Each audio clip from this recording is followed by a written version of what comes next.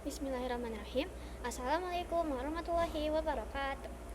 Hai everyone. Alhamdulillah, segala puji bagi Allah Subhanahu wa taala yang telah memberikan kita nikmat iman uh, serta kesehatan sehingga kita bisa berkumpul di sini. Salawat serta salam semoga senantiasa tercurah kepada junjungan kita Nabi Muhammad SAW. Perkenalkan, nama aku Aisyah Rama Kamila dari kelas 8A di Dan Boarding School Ahwat. Pada kesempatan kali ini, insya Allah aku akan membawakan sebuah kisah. Ini bukan hanya tentang batu dan pasir, melainkan tentang semangat kebersamaan, pengorbanan, dan cinta para sahabat kepada Allah dan Rasulnya. Jadi, mari kita sama-sama berjalan sejenak ke masa lalu tanpa perlu mesin waktu untuk melihat bagaimana sebuah masjid sederhana bisa menjadi pusat peradaban Islam. Telah dikisahkan pada edisi terdahulu, setelah unta tunggangan Rasulullah SAW berhenti di suatu tempat di Madinah, maka kaum muslimin menjadikannya sebagai tempat untuk menunaikan sholat. Tempat itu merupakan tempat penjamuran kurma milik Suhail dan Sahol, dua anak yatim dari Bani Najjar yang berada dalam pemeliharaan As'ad bin Zurarah.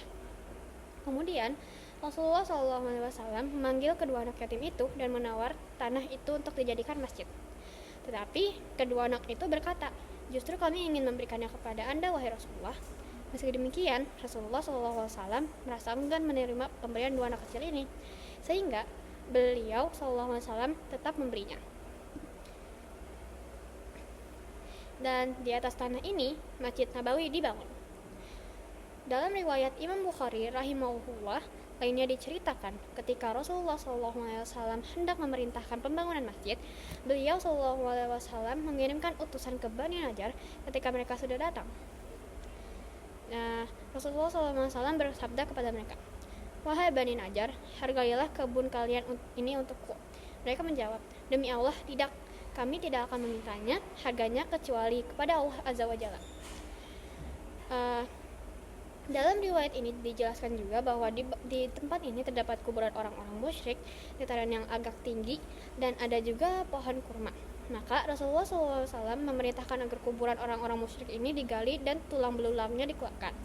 Dataran yang agak tinggi diratakan dan beliau SAW memerintahkan agar memotong pohon-pohon kurma tersebut. Setelah itu pembangunan masjid pun dimulai.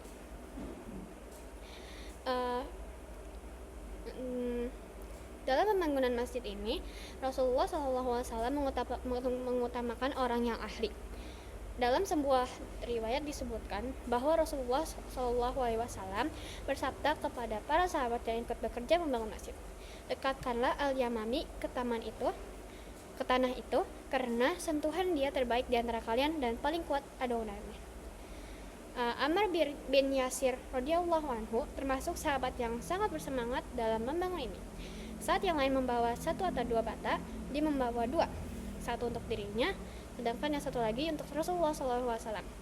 Melihat perbuatan Ammar ini, Rasulullah SAW mengusap punggung Ammar seraya bersabda, "Wahai Ibnu Sumayyah, orang-orang ini mendapatkan pahala satu, tetapi engkau mendapatkan pahala dua. Bekal terakhirmu adalah satu hirupan susu, dan engkau akan dibunuh oleh kelompok pembangkang." Pembangunan Masjid Nabawi membutuhkan waktu 12 hari. Setelah itu dilanjutkan dengan membangun kamar-kamar untuk istri Nabi SAW dengan cara yang sama sebagaimana membangun masjid.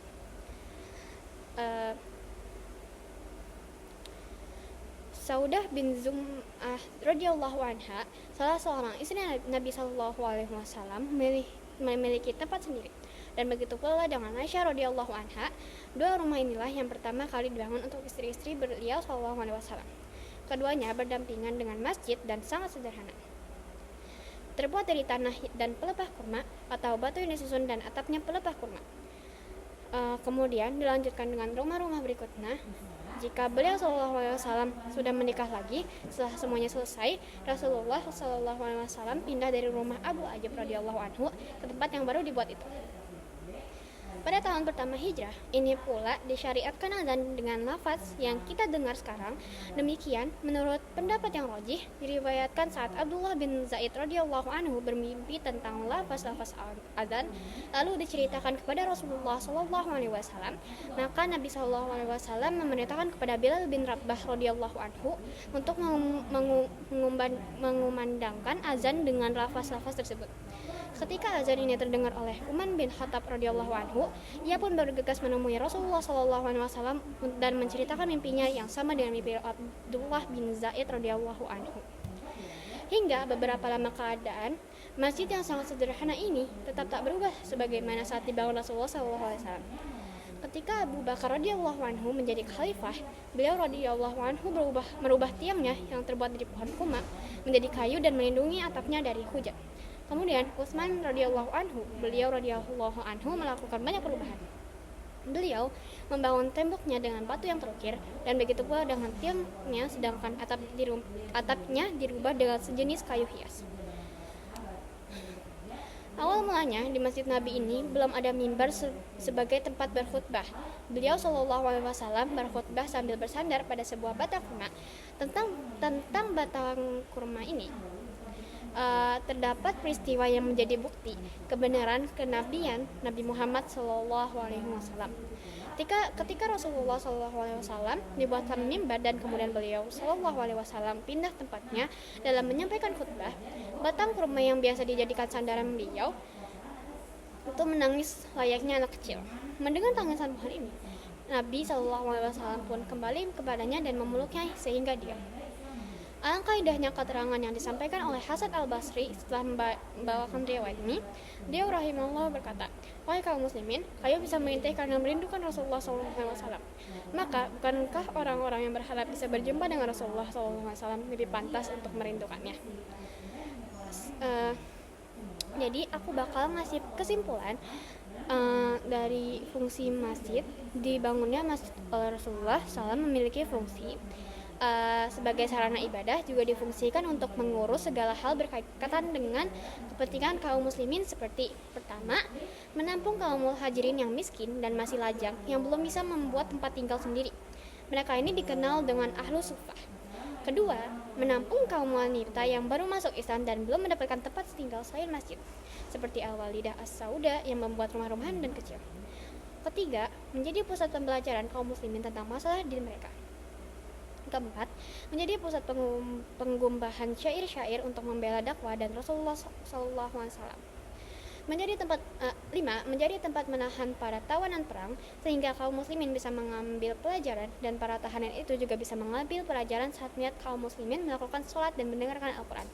Sebagaimana dalam kisah Sumamah bin Utsal radhiyallahu anhu, menjadikan pusat pengobatan bagi kaum muslimin yang terluka dalam peperangan.